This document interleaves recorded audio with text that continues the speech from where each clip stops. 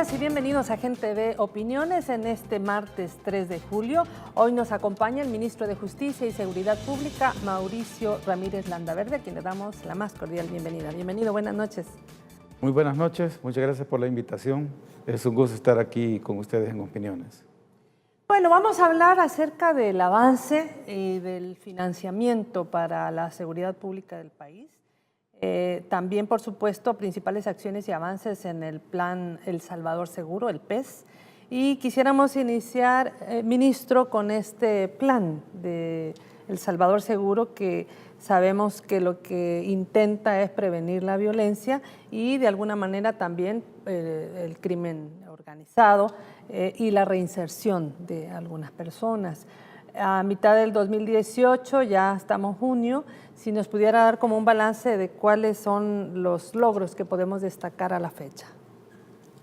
Bueno, los principales logros en el plan El Salvador Seguro, sin duda, es la reducción de la violencia homicida en el país, que nos ha llevado en los últimos 2 años a tener reducciones de entre 1.300 a 1.400 homicidios por año menos, lo que implica una reducción en la tasa de homicidios por cada 100.000 habitantes de 20 puntos por año aproximadamente. Es un logro importante. El plan El Salvador Seguro busca ser de alcance nacional, pero focaliza en los 50 municipios que tienen la mayor incidencia de hechos de violencia. El año 2015, que es la línea de base para dicho plan, es decir, el arranque de dicho plan, los datos con los que terminamos ese año, teníamos una tasa de homicidios de 103 homicidios por cada 100.000 habitantes, una tasa muy alta. En 2015, cuando inició. En 2015. El 2016 se redujo a 81 homicidios por cada 100.000 habitantes y el año 2017 terminó con una tasa de 60 homicidios por cada 100.000 habitantes. Es decir, hemos tenido cada año una reducción de aproximadamente 20 puntos. Y este año, pues la tendencia igualmente es a la reducción, de forma que el plan El Salvador Seguro entra a su tercer año de implementación. El 2016 fue el primer año.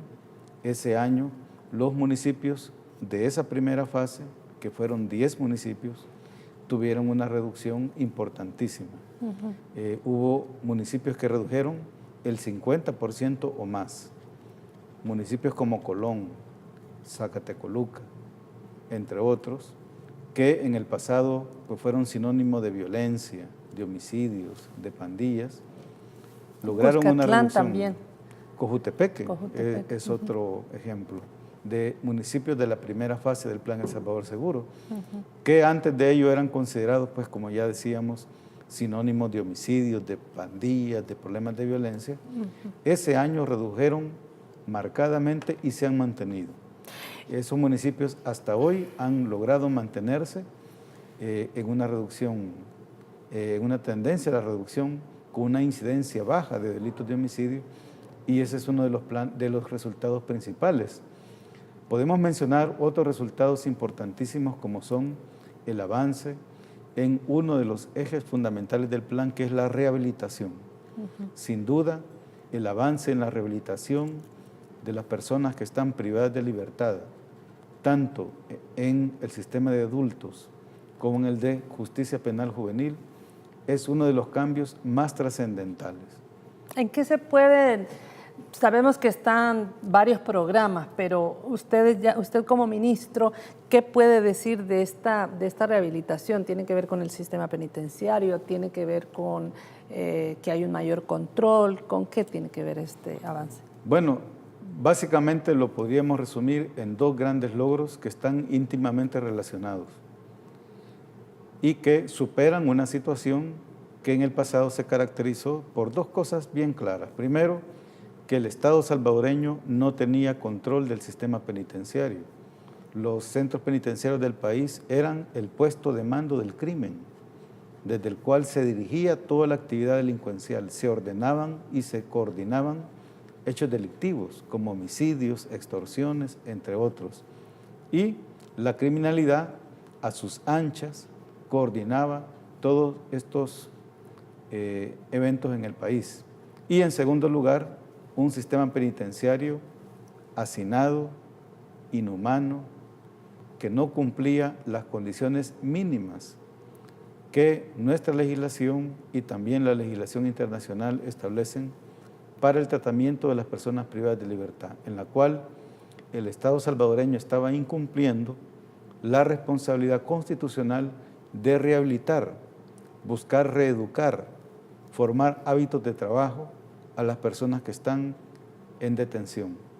¿Y cómo se ha podido hacer esto, ministro, cuando precisamente algún financiamiento de donaciones, de préstamos que venían para la seguridad pública, pues se han detenido? ¿Cómo entonces han realizado todo este trabajo? Bueno, esa realidad se ha venido transformando a una nueva situación en la que ya apuntábamos, hay dos logros fundamentales. El primero es que el Estado recobró el control y seguridad, que a partir de inicios del 2016 implementamos el plan de medidas extraordinarias que nos ha llevado pues a mejorar la situación del sistema penitenciario en diferentes aspectos. En primer lugar, a tomar el control de los centros penitenciarios del país, sobre todo aquellos en los que está privada de libertad, población que pertenece a estructuras criminal, de maras o pandillas, y estructuras de crimen organizado en general, estableciendo una prohibición a las telecomunicaciones para garantizar que ese medio no siga siendo empleado para coordinar y comunicarse hacia el exterior. Esta medida fue altamente criticada al inicio, desde las telefónicas hasta gente que vivía cerca de penales. ¿Cómo ha sido el cambio a la fecha? Bueno, dado que el decreto legislativo que dio origen a las medidas extraordinarias nos confería al Ministerio de Justicia y Seguridad determinadas facultades y responsabilidades, entre las cuales estaba pues garantizar que no hubiese tráfico de telecomunicaciones. Eso nos llevó pues a realizar mediciones y en un inicio, dado que la ley nos facultaba a tomar cualquier medida conducente a garantizar que no hubiese tráfico, bueno, iniciamos cortando el suministro de energía eléctrica a las antenas que tenían las operadoras de telecomunicaciones en los alrededores de los centros penitenciarios. Fue una medida que hubo que tomar en un inicio, pero que rápidamente logramos, junto con las empresas operadoras de telecomunicaciones, llegar pues a acuerdos importantes, a establecer mesas de trabajo, que llevó a que ellas implementaran una solución de carácter temporal, pero que ha estado garantizando que no haya tráfico de telecomunicaciones en los centros penales y pues que gradualmente fuera siendo sustituida por una solución nueva, más precisa y que garantiza pues que está claramente delimitada el área en la cual pues hay corte del tráfico para no afectar a la población que vive en las cercanías de los centros penitenciarios. Poco a poco se ha venido corrigiendo esa situación.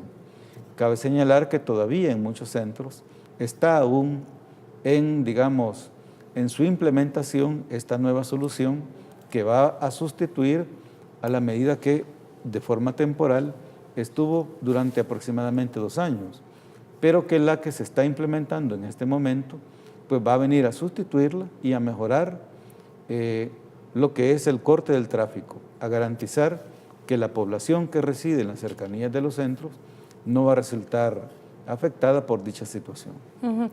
Son varias medidas, entendemos que son medidas integrales. Usted ya nos ha hablado de cómo han logrado reducir en 20 puntos cada año con este plan El Salvador Seguro, el tema de rehabilitar los centros penitenciarios, de tener mejores condiciones, de tener más control. En la parte de la reinserción también, porque supongo que hay gente que delinquió, que se equivocó, pero se arrepintió y quiere reintegrarse a la sociedad. ¿Cómo han hecho ustedes como ministerio para propiciar esto? Bueno, ya apuntábamos que el primer logro importante es haber recuperado el control, la seguridad y que el sistema penitenciario de El Salvador garantice al Estado salvadoreño la seguridad del mismo. Es decir, garantizar que los privados de libertad se someten a lo que la ley y toda la regulación en materia penitenciaria establecen. Pero hay un segundo gran logro que va de la mano con el anterior y es el tema de la rehabilitación. Donde hay un programa que es emblema del presente gobierno, que es un legado del gobierno del presidente Salvador Sánchez Serén para el futuro del país, que es el programa Yo Cambio. Con él estamos superando una situación en la cual la rehabilitación en el sistema penitenciario era prácticamente imposible. No había ningún programa de rehabilitación y las condiciones inhumanas en las que se encontraba el sistema pues no lo permitían tampoco. Para lograrlo se tuvieron que desarrollar varios esfuerzos. En primer lugar, desarrollar e implementar un programa, un nuevo modelo para darle tratamiento a la población privada de libertad. Y así nace el Yo Cambio. El Yo Cambio es una iniciativa del personal operativo de la Dirección General de Centros Penales. Es un mérito personal operativo del mismo Es decir, sistema. el modelo nació en el centro penitenciario de Apanteos. El personal de seguridad y técnico de ese centro son los creadores de este programa. Qué interesante, lo propusieron, muy lo discutieron. ¿Cómo muy fue? importante esfuerzo de esos compañeros y compañeras en la búsqueda de soluciones a la conflictividad penitenciaria en aquel momento. El programa tuvo tal éxito que llevó a las autoridades de Justicia y Seguridad en ese momento, en el 2015, siendo el ministro el licenciado Benito Lara, a oficialmente adoptarlo como el modelo a establecer en todo el sistema penitenciario del país. De forma que poco a poco ha venido creciendo a tal grado que actualmente ya de todo el sistema penitenciario hay 15 centros en los que ya se trabaja con este programa, con una cobertura de más de 24,000 personas privadas de libertad que están participando en los diferentes programas. ¿Estas son personas que ya están a punto de recuperar su libertad? No, no es así. No. Es decir, el programa Yo Cambio es un modelo vigente en todo el sistema, pero todo el sistema lo conforman diferentes tipos de centros. En primer lugar tenemos los centros ordinarios, pero también tenemos centros abiertos, de los cuales, pues, los más conocidos son las granjas penitenciarias. En los centros penitenciarios ordinarios se encuentran personas privadas de libertad en fase ordinaria, valga la redundancia. Claro. Y en los centros abiertos hay población que está, algunos en fase de confianza y algunos en semilibertad. Estos son los que están más próximos a recuperar su libertad. Pero también hay que señalar que la mayoría de personas que están participando del programa Yo Cambio están en fase ordinaria, es decir, están cumpliendo sus condenas y algunos de muchos años, es decir, muchos están cumpliendo condenas de 15 años, de 20 años y en algunos casos más. Pero lo importante es que a través de estos programas ellos han logrado reedificar lo que es su proyecto de vida. Sí, ahí podemos observar algún trabajo de... Ahí podemos ver algunos de los carpintería, de las habilidades, de los oficios que ahí se aprenden y que se ponen Los hace productivos, ¿verdad? Por ejemplo, hacer los pupitres para las escuelas, rehabilitar mobiliario que tal vez estaba dañado, oxidado, ¿no? Bueno, hay que mencionar también que actualmente, como la principal apuesta en el sistema penitenciario, eso ha conllevado lo que en un inicio nació sin mayores recursos, simplemente de ver en el centro penitenciario de Apanteos qué se podía aprovechar, qué se podía hacer con los recursos existentes. Y de esa manera pues se vio que la principal fortaleza estaba en el mismo centro.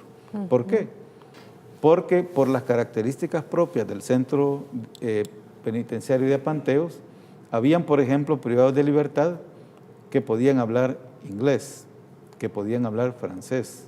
Wow. Otros que tenían determinados oficios, algunos eran panificadores, otros eran agricultores, carpinteros, y algunos pues De eran estructuras metálicas incluso, ¿verdad? de diferentes especialidades. Entonces, de ahí surgió, digamos, la estrategia de trabajar en el cual cada reo enseña lo que sabe al otro. El que sabe enseña al que no sabe.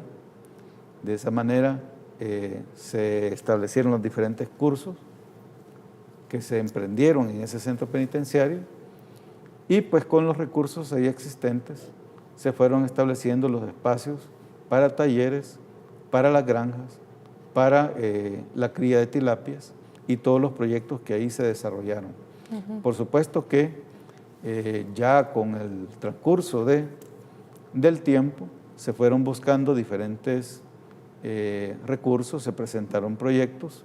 El programa ha sido muy apoyado por los diferentes proyectos que estamos desarrollando, particularmente 2 grandes proyectos de préstamo, el primero con el Banco Interamericano de Desarrollo y el segundo con el Banco Centroamericano de Integración Económica.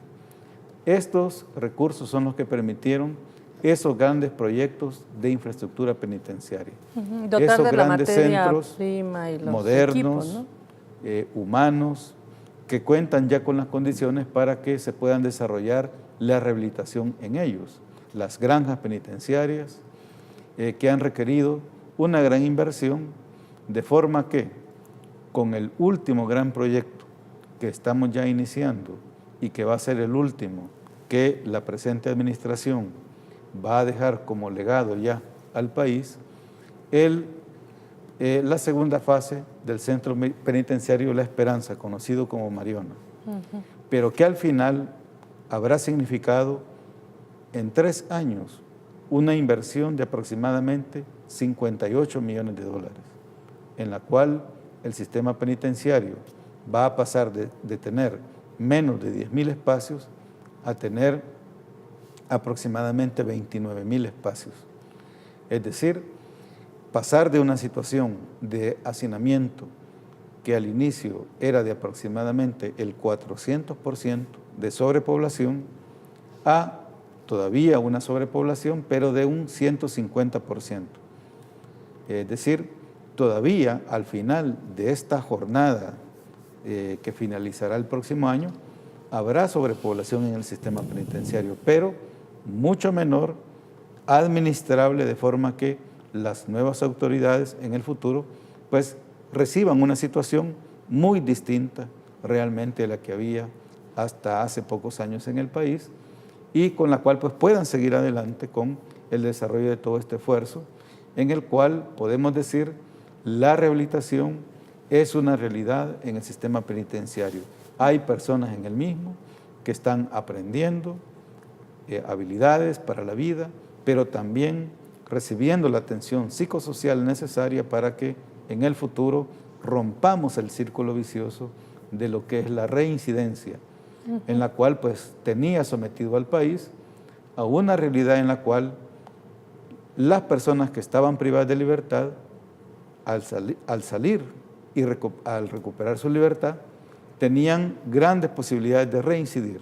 Claro, pero ahora ya con y de un regresar oficio al sistema, lo cual pues hoy podemos decir que hay mucho mejores condiciones para que estas personas se reinserten de forma efectiva a la sociedad y que en ese desarrollo, en ese transcurso, trabajen y aprendan y den un servicio a la sociedad, retribuyan a la sociedad con miles de personas que están trabajando en reparar escuelas, en limpiar centros turísticos nacionales, limpiar las playas, reparar pintar hospitales, todo ese trabajo Ajá. en el cual la población privada de libertad está devolviéndole, pagándole a la sociedad el daño que un día le causó, y en ese desarrollo está aprendiendo, está adquiriendo nuevos conocimientos y aptitudes, preparándose para el momento en el cual deba recuperar su libertad.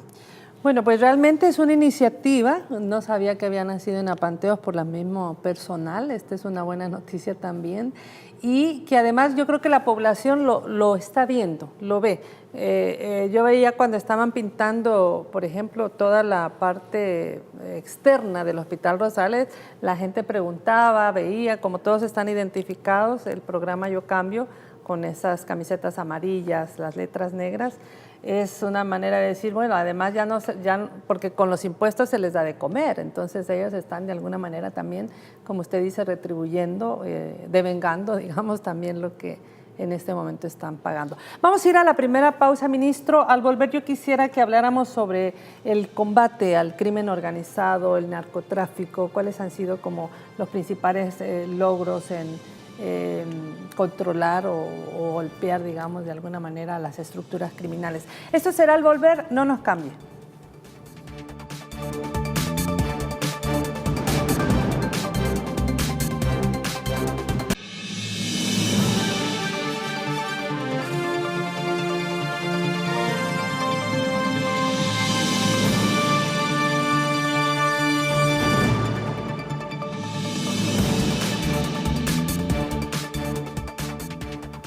Nos acompaña el ministro de Justicia y Seguridad Pública, Mauricio Ramírez Landaverde, y quisiéramos saber sobre el trabajo que ustedes han hecho, están realizando para combatir el crimen organizado y el narcotráfico, ministro.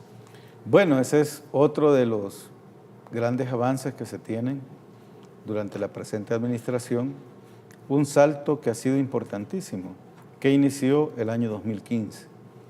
El año 2015, en la Policía Nacional Civil se desarrolla una nueva estrategia para abordar el tema de la criminalidad organizada en el país, que es pues sometida a consideración de las autoridades de la Fiscalía General de la República en esa oportunidad, y pues a partir de ese año se emprende un trabajo conjunto por abordar el tema de la criminalidad organizada de una forma diferente, reconociendo que hasta entonces habíamos sido pues efectivos en el sentido de capturar grandes estructuras de criminales, pero que nos habíamos quedado básicamente con la parte operativa de estos. Es decir, estamos atacando el homicidio, la extorsión, el robo, diferentes delitos, pero capturando a aquellos directamente involucrados en el cometimiento de estos delitos. Pero ya para entonces, los intelectuales, los cabecillas, ya no se involucraban directamente en el cometimiento de estos casos. Y también, pues, era conocido que ya en todo el país había toda una especie de redes dedicadas al lavado de dinero, producto de todas las actividades ilícitas que en el país se cometían y que básicamente estaban en manos de unos pocos, que eran quienes disponían y disfrutaban pues la acumulación de esas grandes cantidades de capital. Eso no lo estábamos atacando, nos habíamos quedado atacando la parte visible, es decir, lo que estaba a la vista, pero de forma subterránea, de forma no visible, estaba esta otra realidad. Entonces, que era la que realmente mantiene, ¿no? La que dirige, ¿no? Entonces, en aquella oportunidad, pues se optó por echar adelante un plan entre la Policía Nacional Civil y la Fiscalía General de la República, que tuvo ya su primer operación el siguiente año, el 2016, con lo que fue la Operación Jaque, que permitió pues dejar al descubierto toda esa red de lavado de dinero, incautar toda esta serie de bienes adquiridos ilícitamente, pero además pues dejar ante la vista de los ciudadanos esa realidad. Es decir, las estructuras de maras o pandillas, lejos de lo que muchos todavía en ese momento consideraban de tales estructuras, pues ya eran estructuras de crimen organizado, creadas y mantenidas para acumular dinero, bienes adquiridos ilícitamente y que habían pasado pues ya a formar parte del patrimonio ilícito de principalmente los cabecillas de esos grupos que se estaban enriqueciendo, lo cual contrastaba con la extrema pobreza en la que la mayoría de los miembros de estos grupos sobreviven. Aquí tuvieron que hacer un gran trabajo de inteligencia para empezar a descubrir por dónde venían esas redes, ¿no? Pues fue producto de esa nueva estrategia de la que hablábamos y la cual pues ha venido en ascenso, ha venido mejorando sus resultados, de forma que ya si el 2016 se desarrolló esta operación que conocimos como Jaque, el año 2017, un año después, se desarrollaron 3 operaciones de esta naturaleza, entre las cuales podemos recordar la operación Tecana que se desarrolló en la zona occidental del país, entre otras. Y el presente año ya van 7, de las cuales pues las más conocidas, la operación Cuscatlán, la operación Libertad, que también desarticuló una red de lavado de dinero a través de diferentes establecimientos en apariencia lícitos, que un grupo criminal de los principales que opera en el país había logrado establecer en la ciudad de Santa Tecla y otros lugares del Departamento de la Libertad. Es decir, otro gran legado, por así decirlo, del gobierno del presidente Salvador Sánchez Serén será dejar ya establecida esta metodología que desarrolló la policía bajo la dirección de la Fiscalía General de la República, de un abordaje distinto a lo que hasta entonces constituía la estrategia de enfrentar el crimen organizado en el país. Claro que ha habido pues una gran operatividad en otros aspectos. En el último año se incautaron más de 6.000 toneladas de sustancias ilícitas. Esto hubiese representado ingresos de más de 151 millones de dólares para las estructuras dedicadas a esta modalidad delictiva. 151 millones de dólares. En un año, en el último año. Y también en el último año se impactaron 186 estructuras de maras o pandillas, 48 estructuras dedicadas a diferentes tipos de delitos de otra naturaleza y 10 dedicadas a la narcoactividad. Y pues podemos mencionar otros resultados operativos como son las incautaciones de armas de fuego. El año pasado fueron 4.461 y este año hasta el final del pasado mes de junio eran más de 1.600 armas de fuego. Es decir, hay toda una operatividad que la vemos todos los días. Las autoridades, la Fiscalía General de la República, la Policía Nacional Civil, con el apoyo de la Fuerza Armada, están todos los días, minuto a minuto, con un gran despliegue operativo en todo el territorio nacional. Y es que como esto es también regional, tenemos al norte México, el sur también es una situación en la que El Salvador no escapa de la conflictividad y de esta red de crimen organizado que existe no solamente en América, sino también en Europa, ¿verdad? Es una situación amplia, compleja. Ministro, también en materia de prevención de violencia, ustedes han trabajado con diferentes instituciones. Recordamos que hace 4 años la Policía Nacional Civil estableció una alianza que permitió mejorar la seguridad, la paz y la convivencia con este trabajo con la comunidad. También han tenido trabajo con el Ministerio de Educación, entendemos, en escuelas abiertas para la convivencia. Si nos puede hablar cómo han ustedes mantenido y tal vez profundizado este trabajo. interinstitucional? Bueno, aquí tenemos que hacer nosotros como autoridades y ustedes como medios de comunicación un gran esfuerzo pedagógico, podemos decir, de tratar de orientar, darle información y elementos de análisis a toda la población. Porque en este tema, lamentablemente, hay un abordaje poco profesional, muy ligero por parte del periodismo en El Salvador y lleno de muchas falsedades. Lo digo a propósito de la reciente situación en la cual, por parte de los diputados de la Asamblea Legislativa, no se aprobaron que de la contribución especial se le asignaran recursos a las instituciones que ejecutan los programas preventivos, bajo el argumento que esos recursos no van orientados a la seguridad, sino que a otro tipo de necesidades del Estado.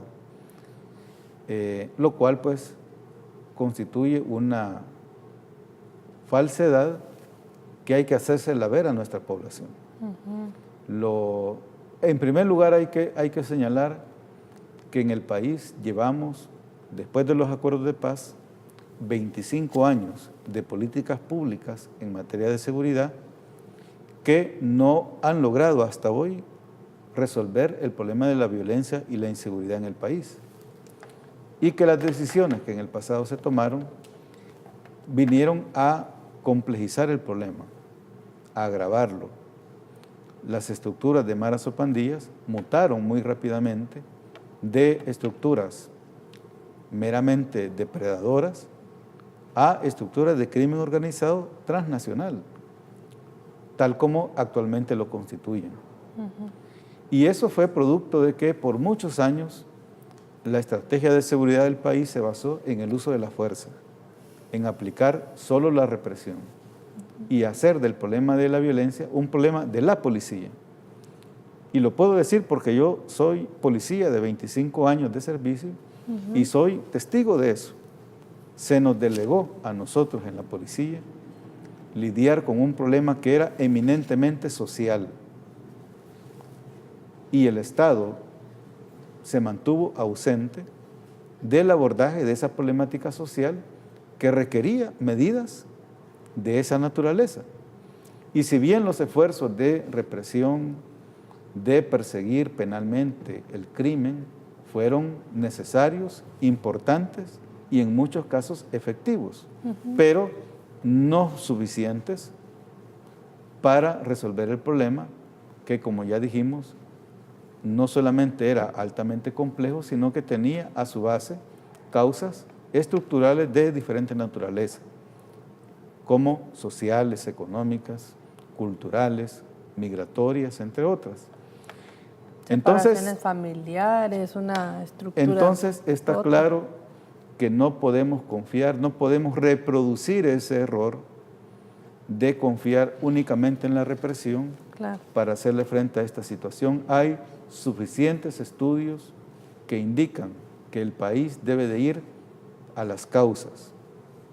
Por supuesto que hay que atacar la situación que tenemos enfrente y que los esfuerzos de represión, de combate, de operatividad son necesarios e importantes, pero que también debemos ir a las causas, a buscar atender la problemática de esos miles de jóvenes en situación de vulnerabilidad, de atender la situación de esas miles de centros escolares que están amenazados por un entorno de violencia y a generar oportunidades para que el crimen no nos arrebate a miles de niños, adolescentes y jóvenes, familias a las cuales el Estado debe de buscar ayudarles a superar la situación en la que se encuentran. Todos estos programas van orientados a eso, a mejorar las condiciones de los centros educativos, a darle recursos al Ministerio de Educación para que impulse sus programas preventivos, a instituciones como el INJUVE, el INDES, entre otros, para que desarrollen los programas de prevención, que les den oportunidades de empleo, de empleabilidad, sobre todo a los jóvenes de zonas vulnerables, y pues que desarrollen actividades de prevención, ya sea deportivas, culturales, recreativas, con niños, adolescentes, jóvenes de las zonas más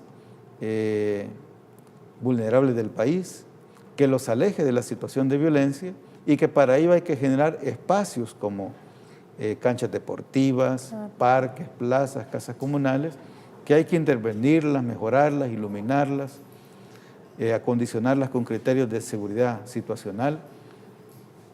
Todas esas necesidades se cubren con estos recursos, de forma que aprovecho este espacio para hacer el llamado a los señores diputados a que apoyen estos programas, que aprueben los recursos que van orientados a darle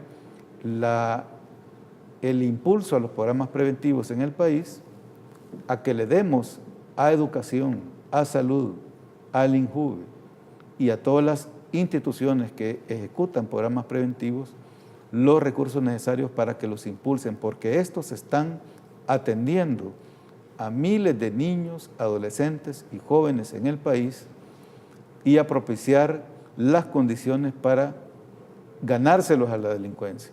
Que la delincuencia no nos arrebate a estos niños y que los podamos atender y cubrir sus necesidades. Y, por supuesto, en espacios seguros con programas de prevención.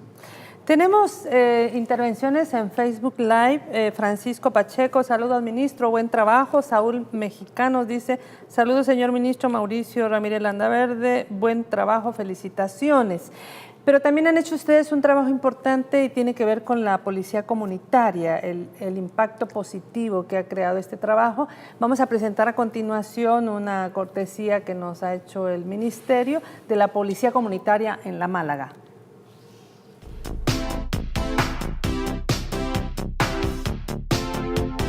Acá pues no se podía estar hasta muchas horas de la noche, ahora sí la gente tiene la confianza de salir en las noches, de esparcerse, de los niños jugar en los lugares, en los espacios que hay acá.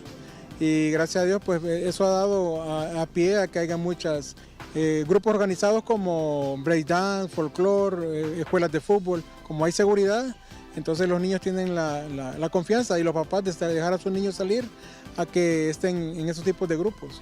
Tenemos que tener confianza en las instituciones, ¿verdad? En este ejemplo, la PNC pues, nos ha dado la suficiente confianza para que nosotros nos podamos desarrollar como sociedad, desarrollar como vecinos.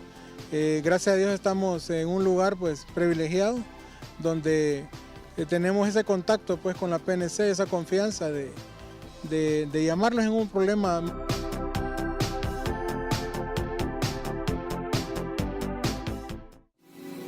Ahí vemos, ministro, parte de los espacios que ustedes han logrado dinamizar justo para hacer espacios de convivencia, espacios de recreación, espacio de estar familias y juventud entreteniéndose sanamente. ¿De qué manera ustedes han podido hacer esto como parte del programa, del Plan El Salvador Seguro? Bueno, ese es un ejemplo, pero hay muchas comunidades que están en el mismo proceso que veíamos de la colonia Málaga, de ir ya superando un pasado de mucha violencia, inseguridad, de homicidios, de problemas de pandillas, a una nueva realidad. Hay comunidades que han trabajado mucho en esa dirección, que se organizaron y que decidieron trabajar por la seguridad, que buscaron aliarse con la policía, así como con las demás instituciones, y que eso pues lo que ocasionó fue que el tejido social, que una vez se perdió, se fuera reedificando, que se fuera restableciendo. Un tejido social que permite, a través de la organización de la comunidad, el liderazgo comunitario, el trabajo de las instituciones, sobre todo la alcaldía municipal y todas las instituciones, especialmente la Policía Nacional Civil, que juega un rol importantísimo, fundamental en este tipo de esfuerzos, pues que vayan ya cambiando su realidad. En la colonia Málaga tenemos años de no tener homicidios, tenemos años de no tener un hecho de violencia. el año pasado solo hubieron 3 hechos delictivos en esa zona. Y no fueron casos violentos, fueron delitos de menor gravedad. Uno de ellos incluso fue una detención en flagrancia que se hizo de una persona que estaba amenazando a uno de los habitantes del lugar.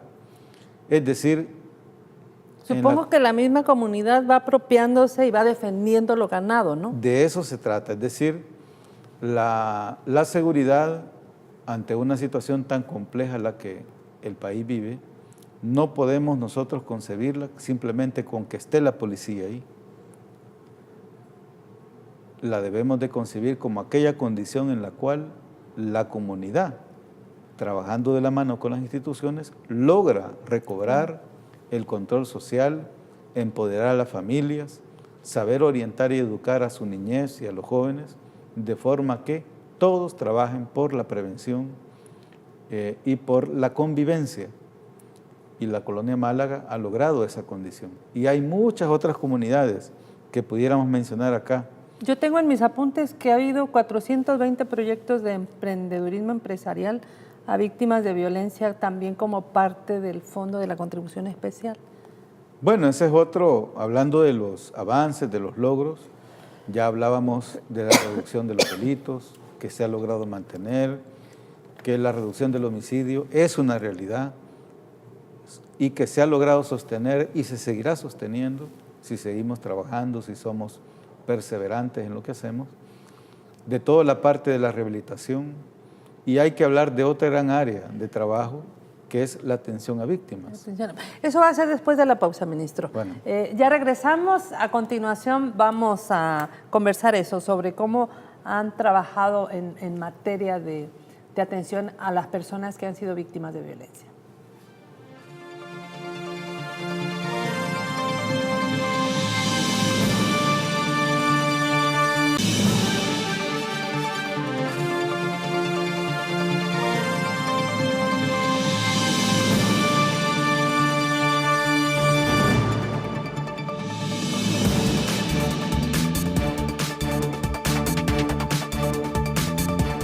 Antes de pasar al tema planteado, que es el tema de atención a víctimas, César Xochicuiclatl, que está difícil el apellido, gracias por su ayuda, lo felicito, ministro, por honestidad en el trabajo contra la criminalidad. Usted es indispensable en la seguridad del país. J.R. González, adelante, señor ministro, solo usted pudo trabajar con las comunidades. Bueno, es parte de los saludos que se dan en Facebook. Bueno, ministro, entonces, en materia de atención a víctimas. Bueno, ese es un cambio fundamental en la manera de ver a las víctimas. Estamos iniciando, por supuesto. Hace falta mucho por hacer, pero a través del Plan El Salvador Seguro, que haya identificado como un área fundamental de trabajo la atención a víctimas y la haya vuelto pues uno de sus componentes principales. Decíamos que implica un cambio en la forma de pensar porque la forma de ver a las víctimas en el pasado ha sido limitándose a ver a la víctima como partícipe de un proceso penal. La víctima en cuanto colabora en un proceso penal. Que es difícil, ¿no? Hay mucha gente que tiene temor. Sin embargo, el cambio en la visión respecto a las víctimas, de verlas también como no solamente sujetos de derechos, sino de derechos que hay que restituirle, porque con el hecho delictivo se vio afectado y privado de ello. Y también con toda una serie de necesidades sociales que el Estado está obligado a atender. De forma que hemos trabajado, en primer lugar, estableciendo subsistemas especializados como principalmente el de mujer. Un sistema especializado de atención a la mujer víctima de violencia es uno de los avances más importantes del país en materia de atención integral a las víctimas. Se dio a conocer la conmutación de la pena y puesta en libertad de Mariana López y que gracias a los programas de rehabilitación y reinserción de Yo Cambio, ahora ella tiene herramientas para salir adelante en esta nueva etapa de su vida. ¿Cómo ve este tipo de ejemplos en los avances de reinserción, ministro? Bueno, eso se debe pues al enfoque de género con el cual todo el quehacer de la vida nacional hay que abordarlo, y en seguridad pues es todavía mucho más importante hacerlo, en el hecho de que cualquier beneficio penitenciario, buscar que las mujeres sean las principales beneficiarias de ello. Por ello hemos trabajado bastante en acercar y establecer políticas que nos permitan y que lleven a las mujeres a ser como la prioridad en el tema de acceder a los beneficios que la ley penitenciaria establece. Pero en materia de atención a víctimas en general, decíamos que uno de los avances más importantes es que el país cuenta ya con un sistema especializado de atención. Primero porque tenemos un despliegue que lo conformamos diferentes instituciones en las cuales la Policía Nacional Civil va a la vanguardia. La policía cuenta ya con 31 oficinas de atención ciudadana especializadas en la atención de casos de violencia contra la mujer, las que en hospitales están, las que se conocen como Unimujer, que hay 31 ya en todo el territorio nacional, y en el Ministerio de Justicia y Seguridad Pública la Dirección de Atención a Víctimas tiene ya 19 oficinas más que brindan también diferentes niveles de atención, referencia de casos y también acompañamiento y un tratamiento integral a las víctimas en todas sus necesidades. También el sistema de salud, el Ministerio de Salud, ha desarrollado oficinas especializadas en los hospitales de la red nacional, en los cuales, pues de una forma muy eficaz, cualquier víctima que muestre señales de haber sido víctima de un hecho de violencia física, sexual o de otro tipo, no solamente recibe la atención médica que requiere, sino que también se activa un mecanismo dentro del hospital o la unidad de salud en la cual pues ya entra otro tipo de personal, psicólogos o abogados, pues ya atender a la víctima también en cuanto a eso. Y a referir, a coordinar con la policía de una forma rápida. Y todo eso ha venido mejorando los niveles de atención a víctimas de diferentes tipos de delitos, pero sobre todo y de una forma muy especial a las mujeres. Ahí ha estado como la prioridad, el sello de lo que hasta hoy ha sido pues una nueva modalidad de atender a las víctimas de diferentes hechos de violencia, pero que también hemos iniciado el abordaje de otro tipo de problemática y de otro tipo de víctimas, por ejemplo, de atender de una forma especializada a otro tipo de población en situación de vulnerabilidad, como por ejemplo la niñez, adolescencia y la población de diversidad sexual. Y también a enfrentar otro tipo de problemáticas también a través de una buena coordinación y planes conjuntos ante situaciones como las de la movilidad interna a consecuencia de la violencia, entre otros. Cada una de estas situaciones pues está siendo objeto de un abordaje más especializado y pues un esfuerzo que esperamos nosotros continuar y dejar, esperamos, ya debidamente formalizado en lo que será pues una ley especial de atención a víctimas, con lo cual estaríamos bueno, abriendo ya un nuevo capítulo en lo que es el abordaje de la violencia y la inseguridad en el país de una forma más integral, algo que esperamos finalizar pues antes que la actual administración concluya en junio del próximo año. Ministro, me queda un par de minutos. Quisiera que nos hable sobre el tercer foro regional sobre justicia penal juvenil, que entendemos se realizó hoy en el país. ¿Quiénes participan? ¿Cuál es el objetivo de este tercer foro regional? Bueno, este tercer foro regional, en esta tercera versión se desarrolla acá en nuestro país. Hay presencia de funcionarios y miembros de instituciones vinculadas a la justicia penal juvenil de toda Centroamérica y también de otros países, principalmente de Italia, ya que la República Italiana ha sido el principal aliado que hemos tenido en nuestro país y también en la región en el fortalecimiento del sistema de justicia penal juvenil en nuestro país. Hemos hablado ya durante esta plática sobre el tema de la rehabilitación, pero el tema de la rehabilitación en cuanto a los adolescentes y jóvenes en conflicto con la ley que están sujetos a la justicia penal juvenil es aún más importante, aunque en número no representa, digamos, la misma magnitud del problema de los adultos, que en el sistema penitenciario contamos ya con más de 39,000 personas, siendo que adolescentes y jóvenes, tanto bajo la jurisdicción del ISNA como la nuestra en la Dirección General de Centros Intermedios, tenemos aproximadamente 1,600 adolescentes y jóvenes, es decir, cuantitativamente es un problema más, podríamos decir, más manejable. Claro. Sin embargo, la importancia del mismo, siendo que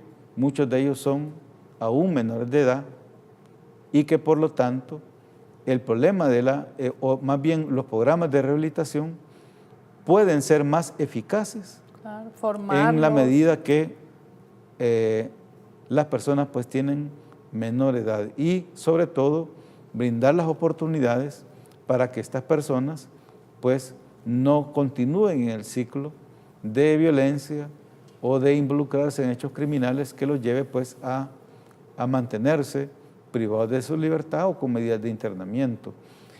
A través de este foro pues vamos durante 3 días acá en el país a tener una jornada de trabajo, de conferencias, de talleres que lleve pues a intercambiar experiencias, buenas prácticas de cómo en nuestros países se están desarrollando planes de rehabilitación, de educación productiva, de atención psicosocial en el sistema de justicia penal juvenil para pues que un sistema penal juvenil diferente pueda establecerse en nuestros países, ya no solamente a través de el internamiento de jóvenes en centros, sino que también con programas en medio abierto y otro tipo de medidas ordenadas por los jueces y que nos puedan llevar pues a ir superando esa situación en la cual los adolescentes y jóvenes son considerados como no como sujetos de derechos, sino que prácticamente como un problema. Y pues hay que señalar que en el pasado, en el país, es una población que ha sido muy estigmatizada. Sí, hay que darle una oportunidad. Llegaron a ser considerados como la principal fuente del problema. Y pues, aunque hemos ido cambiando esa visión respecto a la forma de ver a la niñez, adolescencia y juventud en cuanto al problema de violencia en el país, pero todavía hace falta mucho por hacer. Bueno, ministro, se nos ha terminado el tiempo. Agradecemos mucho su presencia esta noche aquí en Gente Ve. Bueno, el agradecido soy yo, gracias a ustedes y gracias a todos por su atención. Bueno, el día de mañana a las 7 de la mañana, si usted quiere seguir conociendo sobre el tema y llegó tarde, pues puede sintonizar siempre el canal 29 de Gente Ve. Gracias por su sintonía.